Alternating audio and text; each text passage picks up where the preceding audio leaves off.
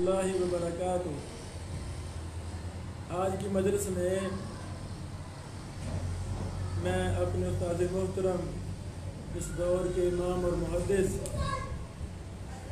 میری مراد فضیلت الشیخ ارشاد الحق عصری حافظہ اللہ ہیں۔ اللہ رب العالمین نے شیخ صاحب حافظہ اللہ سے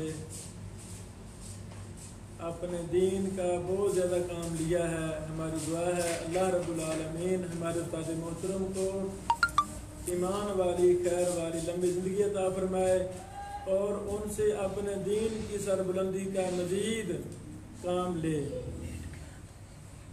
آج کی مجلس میں استاد محترم حافظہ اللہ کی ایک مبارک کتاب مقالات کا تعارف کروانا چاہتا ہوں۔ ابھی میرے سامنے مقالات کی جلد نمبر 5 اور جلد نمبر 4 ہیں۔ یہ دونوں جلدیں اس لحاظ سے ممتاز ہیں کہ ان دونوں جلدوں کے اندر استاد محترم حافظہ اللہ نے مختلف کبار محدثین اپنے اساتذہ موجودہ علماء کا ذکر خیر فرمایا ہے۔ اللہ اکبر۔ اس لحاظ سے ان دونوں جلدوں کا موضوع رجال ہے۔ مثلا جلد نمبر 4 میں سب سے پہلے امام دارقطنی رحمہ اللہ کے استاد محترم نے مفصل حالات بیان کیے ہیں۔ اللہ اکبر۔ امام دارقطنی رحمہ اللہ کے حالات بیان کرنے کے دوران کئی ایک ائمہ جرح و تعدیل کا بھی ذکر خیر فرمایا ہے۔ اسی طرح کئی ایک ائمہ علل کا ذکر خیر بھی شیخ صاحب نے فرمایا اور بہت زیادہ کتب جرح و تعدیل کا بھی منہج لکھا۔ اللہ اکبر۔ الجرح والتعدیل لابن ابی حاتم، کتاب الضعفاء والمتروکین من المحدثین، تاریخ الاسلام الکبیر، تذکرۃ الحفاظ، میزان الاعتدال، تہذیب التہذیب، تعجیل المنفعہ وغیرہ وغیرہ۔ یعنی جرح و تعدیل کے موضوع پر کم از کم 40-50 کتابوں کا ذکر خیر امام دارقطنی رحمہ اللہ کے حالات میں کیا ہے اور ان کا منہج بیان کیا ہے۔ ایک طالب حدیث کے لیے جو علم رجال کا، علم اصول کا، علوم حدیث وغیرہ کا طالب علم ہے، اس کے لیے امام دارقطنی کے حالات جو شیخ صاحب حافظہ اللہ نے لکھے ہیں یہ پڑھنے انتہائی ضروری ہیں۔ اسے بڑی زیادہ بصیرت ملے گی اور جرح و تعدیل کے ائمہ اور کتب جرح و تعدیل کا تعارف جس انداز میں شیخ عصری صاحب حافظہ اللہ نے کروایا ہے شاید اس کی اور مثال نہ ملے اردو زبان میں۔ 214 صفحے تک امام دارقطنی رحمہ اللہ کے حالات بیان کیے گئے ہیں۔ اسی طرح علامہ محمد حیات سندھی رحمہ اللہ کے حالات 218 صفحہ سے لے کر 253 صفحے تک بیان کیے گئے ہیں۔ اللہ اکبر۔ اور 254 صفحہ سے لے کر 369 صفحے تک الامام المحدث مولانا شمس الحق محدث دیانوی عظیم آبادی رحمہ اللہ کے مفصل حالات بیان کیے ہیں اور عظیم آبادی رحمہ اللہ کی ایک ایک کتاب کا ذکر خیر بڑی تفصیل کے ساتھ، تھینٹک تفصیلات کے ساتھ باحوالہ استاد محترم حافظہ اللہ نے بیان کیا ہے۔ اللہ اکبر۔ 32 کتابوں کا تعارف، 32 کتب کا تعارف استاد محترم نے دیانوی صاحب کا مفصل کروایا ہے۔ اس کے بعد محدث العصر حافظ محمد گوندلوی رحمہ اللہ کچھ یادیں، کچھ اثرات کے حوالہ سے 369 صفحہ سے لے کر 404 صفحہ تک حضرت حافظ محمد گوندلوی جو شیخ صاحب حافظ اللہ کے استاد محترم ہیں ان کا مفصل ذکر کیا ہے۔ اللہ اکبر۔ اور اس کے بعد صفحہ نمبر 404 سے لے کر 436 تک مولانا محمد عبداللہ محدث فیصل آبادی رحمہ اللہ کے حالات بیان کیے ہیں۔ یہ وہ بزرگ ہیں جو ادارہ علوم عصریہ کے بانی تھے۔ اللہ اکبر۔ اللہ رب العالمین نے شیخ عبداللہ محدث فیصل آبادی میں بہت زیادہ صفات پیدا فرمائی تھیں، اور ایک عظیم انسان تھے جن کے بہت زیادہ عظیم ارادے تھے، بہت علمی تحقیقی منہج تھا۔ اس کے مطابق پوری دنیا میں ادارہ علوم عصریہ جو عبداللہ محدث فیصل آبادی رحمہ اللہ نے قائم کیا تھا، اس کا صدقہ جاریہ وہاں کی نشر کردہ کتب پوری دنیا میں پہنچ چکی ہے اور خراج تحسین حاصل کر چکی ہے۔ آخر میں مولانا محمد اسحاق چیمہ رحمہ اللہ، اللہ اکبر، جامعہ سلفیہ فیصل آباد کے پہلے استاذ اور پہلے پرنسپل، اللہ اکبر، یہ تھے، اور ادارہ علوم عصریہ کے بھی یہ بانی تھے۔ ان کا مفصل ذکر خیر 436 صفحہ سے لے کر 473 صفحہ تک ہے۔ یہ بھی حالات پڑھنے والے ہیں۔ آخر میں مختصر حالات سید ابوبکر غزنوی رحمہ اللہ کے ہیں، 473 صفحہ سے لے کر کتاب کے آخر 480 صفحہ تک اس عظیم ہستی غزنوی خاندان کی عظیم چشم و چراغ کے حالات ہیں۔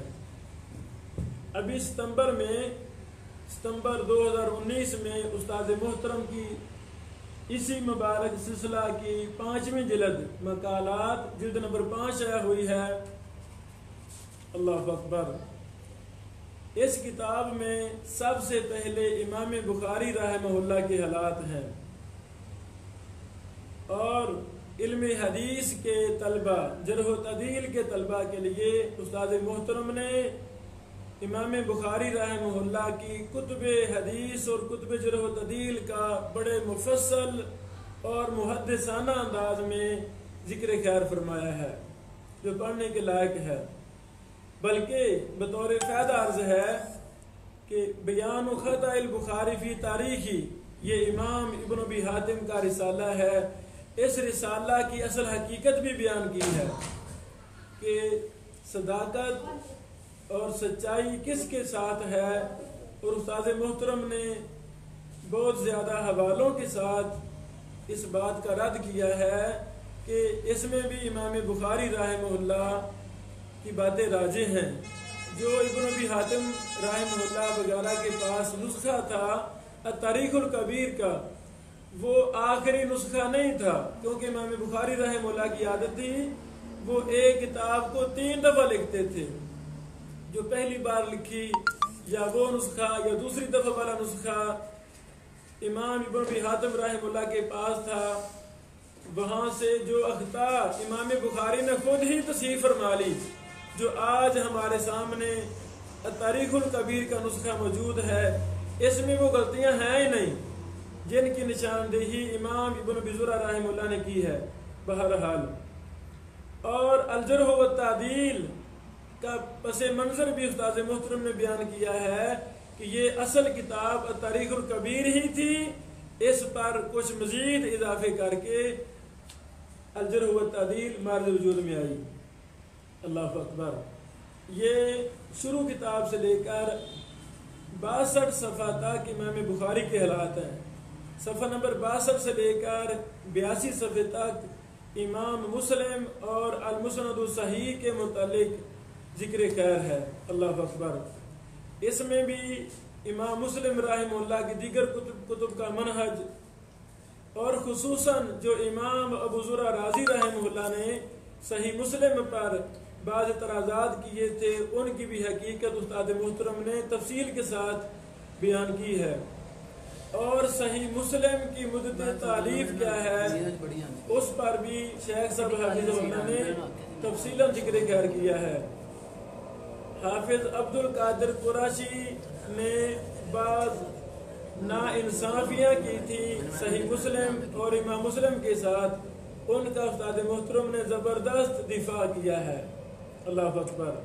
اسی طرح امام نسائی اور سنن، اللہ اکبر، صفحہ نمبر 82 سے لے کر 100 صفحہ تک استاد محترم حافظ اللہ نے امام نسائی کے مفصل حالات بیان کیے ہیں، اور سنن کبرا اور سنن صغرا پر فرق پر مفصل بحث کی ہے، اور ایک بہت ہی اصولی مسئلہ بیان کیا جس میں کئی ایک علماء کو غلطی بھی لگی ہے کہ سنن صغرا کیا واقعتاً سنن کبرا کا ہی اختصار ہے۔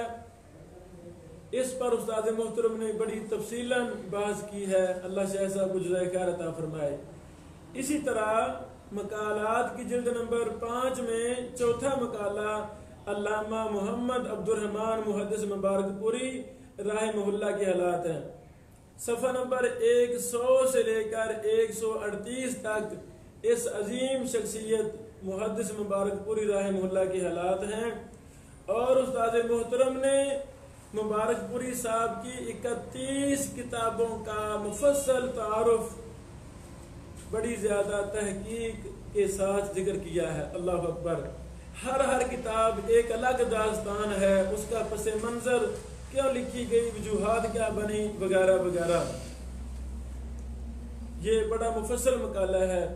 اس کے بعد امام العصر مولانا محمد ابراہیم میر سیالکوٹی رحمہ اللہ کا علمی شاہکار شہادت القرآن کے نام سے 138 صفحہ سے لے کر 163 صفحہ تک ابراہیم سیالکوٹی رحمہ اللہ کی مبارک کتاب شہادت القرآن کا ذکر خیر ہے، اس کے مصادر مراجع کا ذکر خیر ہے، اور ابراہیم سیالکوٹی رحمہ اللہ کے حوالہ سے ایک مشہور بات کہ انہوں نے رمضان میں ہی قرآن کریم حفظ کیا اور رمضان میں ہی سنایا۔ استاد محترم نے شہادت القرآن کے حوالہ سے ہی اس کا رد کیا ہے، اور باحوالہ کی بات ثابت کی ہے کہ انہوں نے رمضان میں حفظ نہیں کیا تھا بلکہ شعبان میں حفظ کیا تھا۔ اللہ اکبر۔ اس طرح اور کہ ایک علمی ملاحظات استاد محترم نے ان کے حوالہ سے بیان فرمائے ہیں۔ چھٹا مقالہ محدث العصر مولانا سید محب اللہ شاہ راشد رحمہ اللہ کے حوالہ سے ہے، صفحہ نمبر 163 سے لے کر 174 صفحہ تک۔ اللہ اکبر۔ اس کے بعد امام بدیع الدین شاہ راشدی رحمہ اللہ کا ذکر خیر کیا ہے۔ اس کا ان کے حالات استاد محترم نے اس طرح لکھے ہیں: سیدنا و سندنا الشیخ بدیع الدین شاہ راشدی رحمہ اللہ۔ اللہ اکبر۔ اور ان کی بعد کتابیں جلاء العینین، انماء الزکن فی تنقید انہاء سکن، اظہار البراء عن حدیث من کان لہ امام فقراءۃ الامام لہ قراءۃ، تنقید سدید بر رسالہ اجتہاد و تقلید وغیرہ پر مفصل تبصرہ کیا ہے۔ اللہ اکبر۔ 8ویں نمبر پہ مولانا محمد عطا الحنیف محدث بوجیانی رحمہ اللہ کا ذوق رجال کے حوالہ سے 205 صفحہ سے لے کر 248 صفحہ تک بیان کیا ہے۔ اللہ اکبر۔ پھر مولانا محمد عبداللہ محدث بیروالوی رحمہ اللہ کے ذکر خیر بھی فرمایا ہے، 248 سے لے کر 258 صفحہ تک۔ اس کے بعد مولانا حکیم عبد الرحیم اشرف رحمہ اللہ کا ذکر خیر 258 سے لے کر 270 صفحہ تک۔ اللہ اکبر۔ پھر ایک مضمون علامہ شہید کی یاد میں، علامہ احسان اللہ ظہیر شہید ملت انشاءاللہ رحمہ اللہ کے حالات پر مفصل استاد محترم نے ایک مقالہ لکھا ہے، 270 صفحہ سے لے کر 215 صفحہ تک۔ اس میں بڑی زیادہ اہم باتیں شیخ قصری صاحب حافظ اللہ کے کیا روابط، کیا تعلقات تھے علامہ شہید رحمہ اللہ کے ساتھ، ان کو بڑی تفصیل کے ساتھ استاد محترم نے بیان فرمایا ہے، اور علامہ شہید رحمہ اللہ کی زندگی کے اہم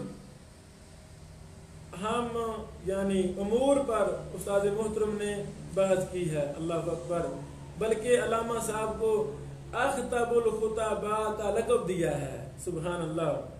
اور یہاں علامہ صاحب جو بڑے فصاحت کے ساتھ عربی زبان بولتے تھے، حالانکہ پاکستانی تھے، اجمی تھے، اس کا پس منظر بھی یہاں تفسیر کے ساتھ آپ کو ملے گا کہ علامہ صاحب رحمہ اللہ نے مدینہ یونیورسٹی میں مصری طلبہ کے ساتھ رہنا پسند کیا تھا تاکہ میری عربی زبان میں پختگی آئے اور فصاحت و بلاغت کے ساتھ میں عربی زبان سیکھ سکوں۔ اللہ اکبر۔